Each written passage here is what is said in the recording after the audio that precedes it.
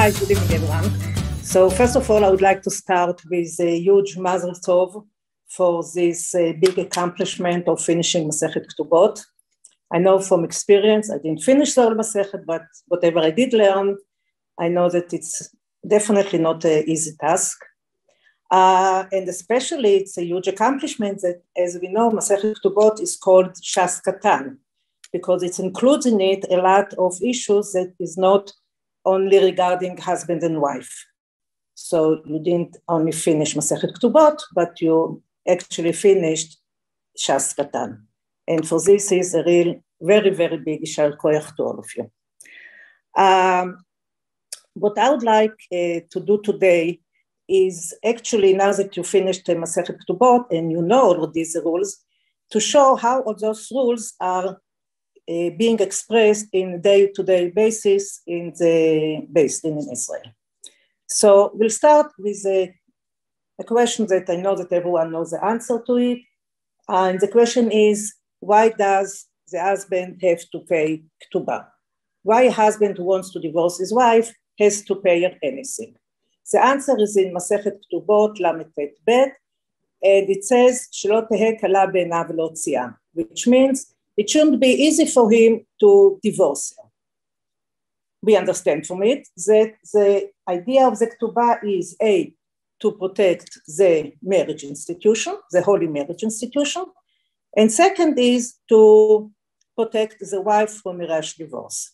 This is one answer. There's another answer also that is to take care of the wife's financial situation after the marriage, after the divorce. But we are going to concentrate on the first excuse, the first answer. And here we have 4 questions that I would like to answer them today through those rulings that we are going to see. The first question is, what kind of marriage are we exactly interested in protecting? Are we interested to protect only a perfect marriage? Are we interested to protect only a perfect wife? Or we are saying, no, even marriage that is not so great, even a wife that is not the best, deserves to be protected. So this is question number 1. Who do we want to protect when we say it shouldn't be easy for him to finish the marriage? Question number 2 is, are we saying that every husband who wants to get divorced will have to pay Ketuba in order to protect the marriage? Are we saying that every woman who wants to get divorced automatically is losing her right for the Ketuba because there is nothing to protect? She is not interested in the marriage anyway. And the last question that I would like to bring up is what happens if both parties are interested in getting divorced, what we call mordim ze al ze. Both of them are not interested anymore in this marriage. Are we saying that the husband still will have to pay the Ketuba because he wants to finish the marriage? Or are we saying that the wife is losing her right for the Ketuba because she wants to finish the marriage? So those are the 4 questions that I really would like to answer tonight. So we'll start with going to the first ruling of Beis Din. This is Psak Din 9228, 21-2, and this is from 2008. We are speaking here about a couple. They are married for 4 years. They have 1 child. In our case, in this case, the husband is the one who is filing for the divorce. In the first hearing of the divorce, he explained himself that his life with his wife are very difficult.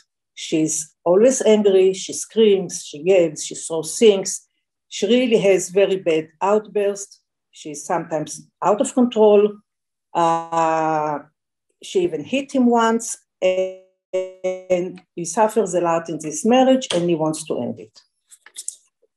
On the second hearing, he came and he said another thing, that it just came to his knowledge that before the wedding, his wife was hospitalized in a psychiatric hospital with mental issues. The wife did not deny it. She admitted, but she claims that it happened only 1 time. She went through a major crisis, and that's why she had to be hospitalized. But since then, she is perfect. The Beis Din requested the medical reports from the hospital, and it turned out that the wife was not hospitalized once. She was hospitalized 4 different times with 4 different outbursts that she had. And in the last report, the hospital says that one of the symptoms of her disease is that she is getting out of control and she's getting very angry. And what we are saying, she's losing it. So now the Beis Din had a question in front of him. One thing is her health situation considered a mum?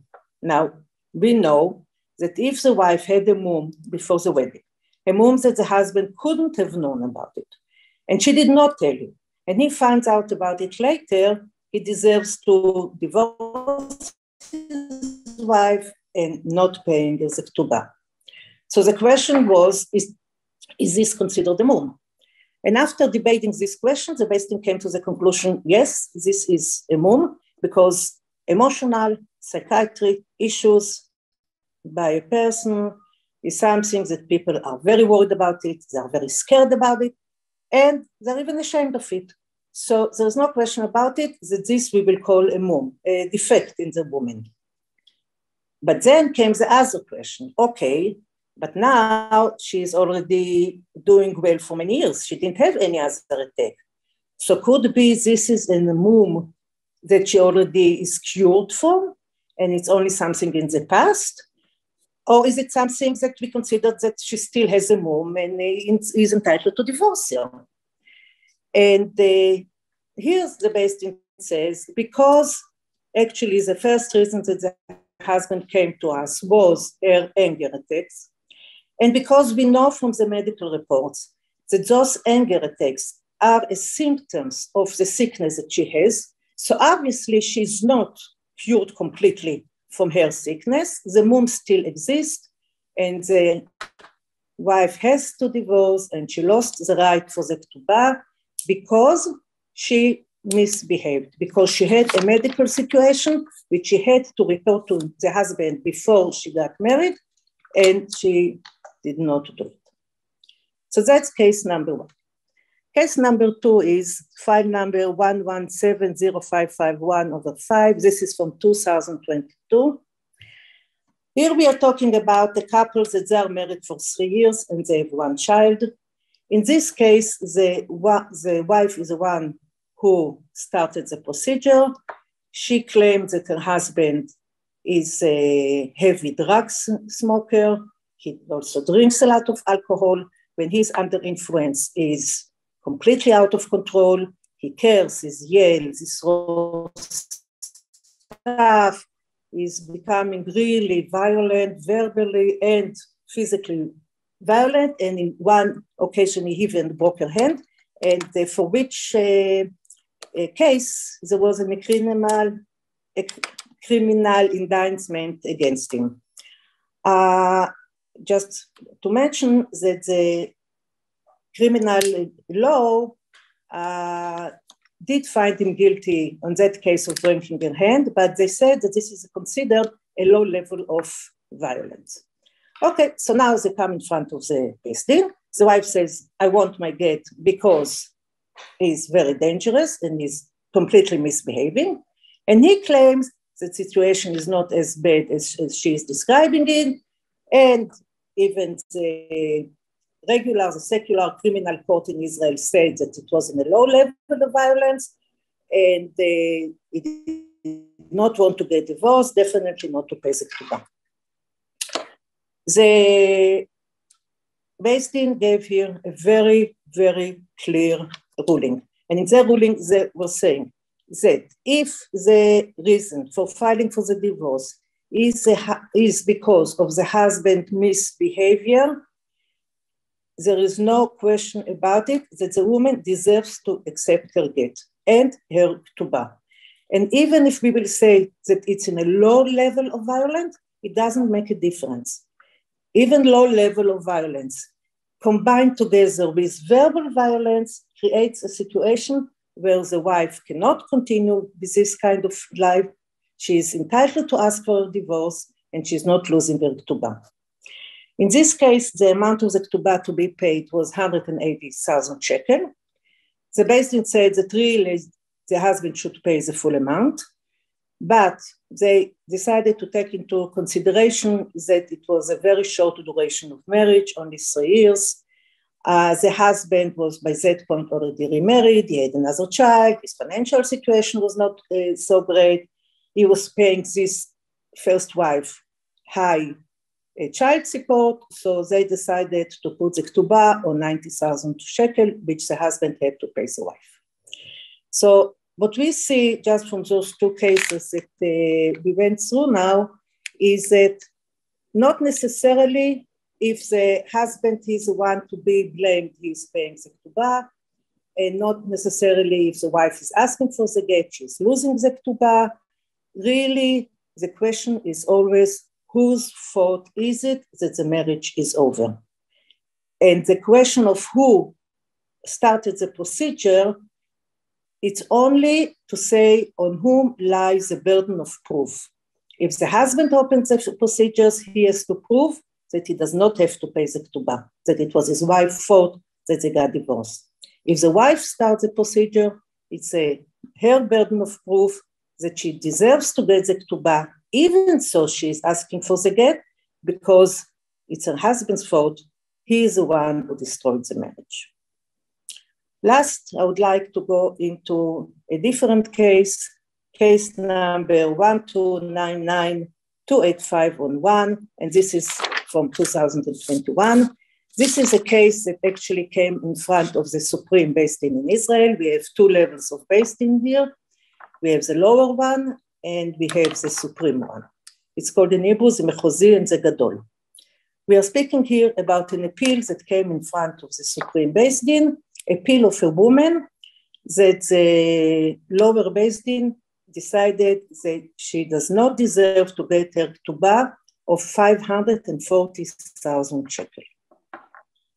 The reason that the lower Beis Din decided that she lost the right of the Ketuba was the story was that the husband was the first one to file for divorce, but then at some point, probably after he realized that he's going to pay her a lot of money, he decided that he is ready to try again some marriage counseling and to do Shlom Bayit. And they did go for some kind of therapy, but at that point, the wife decided she's not interested anymore in the marriage, and she filed now for the divorce and for the get. So the lower Beis Din said, we are going here according to the ruling of Rabbeinu Yerucham, the famous ruling that if both sides are interested in the divorce, which we are calling Mordim Zalze, if both sides are interested in it and the wife is the one who filed for the divorce, in that case, she is losing the money. The Supreme Beis Din looked into the case and they said, this is a huge mistake. This is not the case of Rabbeinu Yerucham in the Sefer Mesharim. That is not the case. What is really important to see here is not who started the procedure of the get, but who was the first one who wanted to finish the marriage. And looking at the relationship between the husband and the wife, they came to the conclusion that the wife made any efforts she could. She didn't spare anything. She did everything in her power to keep the marriage going. She was literally, she went to the mikveh, even so the husband for a long time refused any intimate relationship, to the point that he told her that she disgusted him. She wrote him love letters, she sent him messages, she bought him presents. She did so much to keep the marriage going. And all her efforts were rejected by the husband in a very brutal and disgusting way. He made his point very clear, I am not interested anymore in the marriage. And after everything what the wife did, and only after the husband left the house, supposedly just for a trial period, but he never came back, Only then, when the wife realized that the husband is not going to work on this marriage, and this marriage has no chance and no future, only then, because the husband was not interested anymore in the marriage, and his actions showed that he really is interested in getting divorced, only then the wife went to the Beis Din and filed for divorce.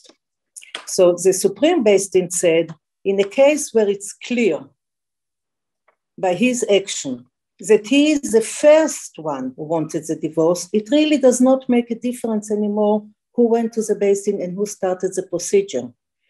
He was the first one to want this get, and that's why he has to pay the full amount of the Ketuba. But then the husband came and said, excuse me, but you didn't hear yet. Why do I want to get? Why was I so disgusting to my wife? Now, hear me out. We are talking here about a very difficult wife. A wife that life is very not pleasant. She is very stubborn. She does not compromise on anything. She screams, she yells, she sings. It was very unpleasant to live with her. And that's why I came to the point that I didn't want any more the marriage. So based on that, I don't have to pay the Ketuba. And the Beis Din, and here we go back to the first question that we asked, what kind of a wife, what kind of marriage are we really interested in protecting? And the verdict is very clear. We are interested in keeping as many marriages as possible. Only in a very extreme case of a bad behavior of the wife, a case that we know the expression that a person does not have to live with a snake. Only when we can define the behavior of the woman like living with a snake, only then we will say, okay, you can get divorced and not pay the Ketuba. But if the marriage is unpleasant and the wife is not the nicest person in the world, you can still, of course, ask for the divorce, but you will have to pay the Ketuba.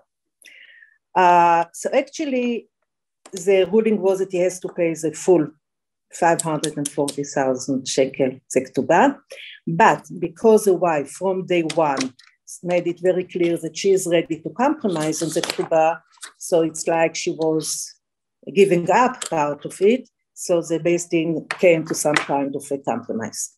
I'm not sure what the compromise is, it's not clear from the ruling of the Beis Din. So what we see here, it's a very clear 3 examples how the Beis Din is taking this issue of Ketuba in a very, very serious matter. People tend to make the mistake of thinking that no one is really looking at the Ketuba anymore and you don't have to pay the Ketuba. And it's only written in honor of the Kale under the Chuppah, but that is not the way the Beis Din is looking at it. The Beis Din is looking at it as a very, very legal, obligating document. And the excuses of the husband, sometimes they come and they say, I was young, I didn't understand what I was writing, no one explained it to me, it was only in honor of the Kale, I never meant it. That will not be accepted. When a person signs a document, we assume that he knows and he is taking full responsibility to what he's signing himself. And that is one of the things that I wanted to bring out in this lecture. Everything what you learned is not theory. It's coming every day in front of the Beis Din, and in many times the Beis Din rules that the husband has to pay the full Ketuba. At this point, I want to thank everyone for asking me to speak for you. It was a great honor and pleasure to join you here tonight. And I wish you all a very big success on learning Masechet Nedarim. Thank you.